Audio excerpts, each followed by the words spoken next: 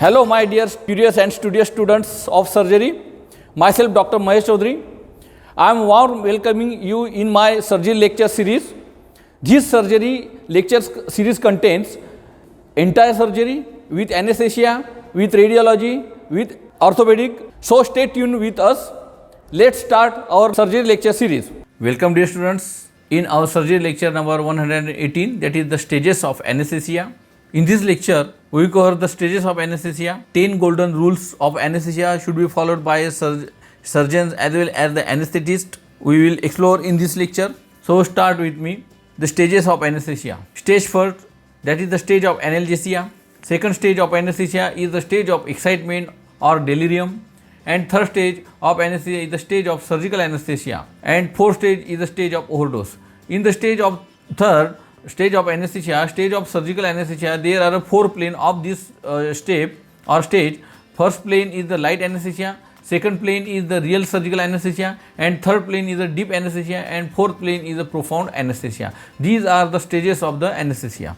Now we will see in detail the stages of anesthesia. First, the stage first, that is the stage of analgesia. In this stage, there is a great loss of pain and consciousness. This stage is from beginning of inhalant of the anesthetic to loss of consciousness.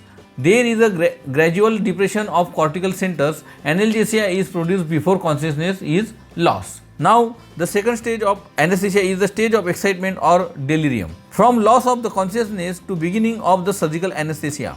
In this stage, there is an increased muscular activity, breath holding, tachycardia, shouting, excitement. This is due to the release of the inhibitory control of the higher centers due to the cortical depression. Release of the adrenaline, that tachycardia and hypertension may develop due to the release of adrenaline. Pupil may dilate, struggling, increased tone of skeletal muscles, retching, vomiting and coughing may be there in this stage of excitement or delirium. There can be diminished by proper pre-anesthetic medicine. This stage is absent when nitrous oxide and oxygen halothane and sodium pentothal is being used. Now, the third stage of the anesthesia is the stage of surgical anesthesia. From onset of automatic respiration to respiratory paralysis. In this stage, patient is fully unconscious. Divided into 4 planes. Plane 1, that is the light anesthesia. From onset of the automatic respiratory to stoppage of eyeball movement.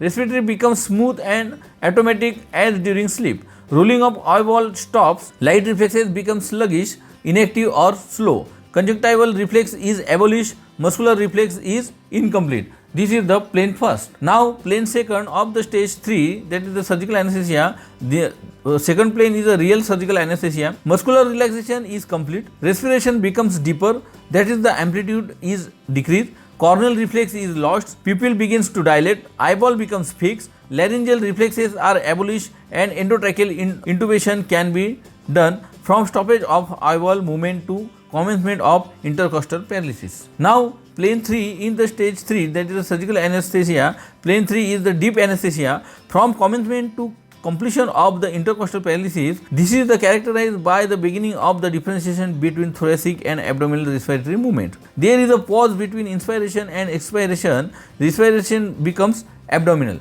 Costal margin is retracted with descent of diaphragm. Pupil's light reflex lost, BP starts falling. This is the third plane, deep anesthesia. Now, plane 4 of the anesthesia stage 3, that is the plane 4, profound anesthesia. Pause between inspiration and expiration increases, the respiration becomes grasping, BP is low, muscles are flaccid, toneless, pupils are dilated. This is the plane 4, profound anesthesia. Now, the final stage of the anesthesia, that is the stage of respiratory or medullary paralysis. From onset of the diaphragmatic paralysis to apnea, cardiac failure and death. In this stage, there is a severe depression of vital medullary centers. Acute diaphragmatic paralysis progresses.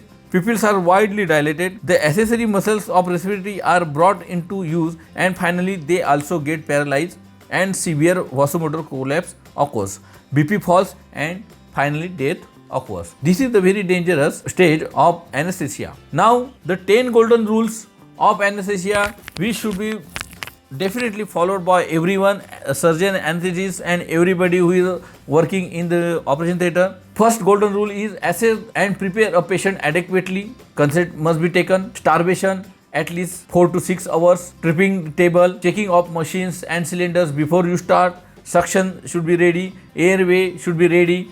Be ready to control his ventilation. Have a vein opens, there should be a vein flow continue. Monitor his pulse and BP and other vital parameters. And 10 golden rule is have someone around for cricoid pressure. Means anesthetist should have a assistant. Now keeping the airway clear, flex the patient neck and tilt his head, lift his chin, lift the angles of his jaw. Guidel's airway should be used. Nasal airway, Ferguson's gag, intubation accessories and suction, all these are instruments, equipment should be ready. Now the hypotension during the operation, causes of the hypotension, hypovolemia, hypoxia, too much of an inhalation anesthetic, drugs, ventilation which is too fast or too forceful, abnormally fast pulse, abnormally slow pulse, cardiac failure, supine hypotensive syndrome, suddenly reducing the pressure inside a patient's abdomen.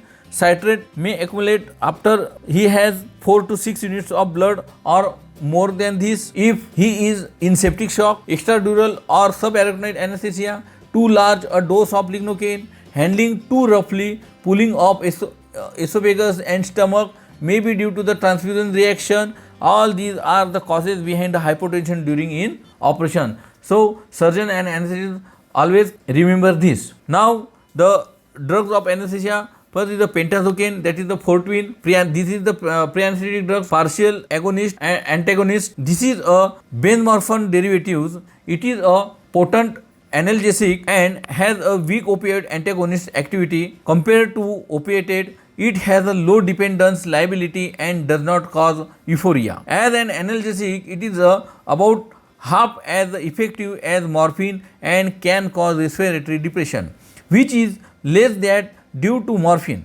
It raises systemic and pulmonary arterial pressure with a resulting increases in cardiac load. It has a short duration of action than morphine and is hence not recommended in myocardial infection. Now absorption and fate and excretion of this pentoxazoline, that is Fortwin, given orally, rectally and parenterally. Although it is well absorbed orally, only 20% is bioavailable due to the first pass metabolism. It is excreted as a glucuronide. Smokers' metabolism is 40% more pentoxazoline than non-smokers. Means smokers need 40% than non-smokers. Adverse reaction of this drug is the sedation, dizziness, nausea, sweating, psychomatic reactions, hallucinations and physical dependence. Available as 25 mg tablet and 30 mg per ml injection. Oral dose is the 50 to 100 mg and subcutaneous dose is 30 to 60 mg.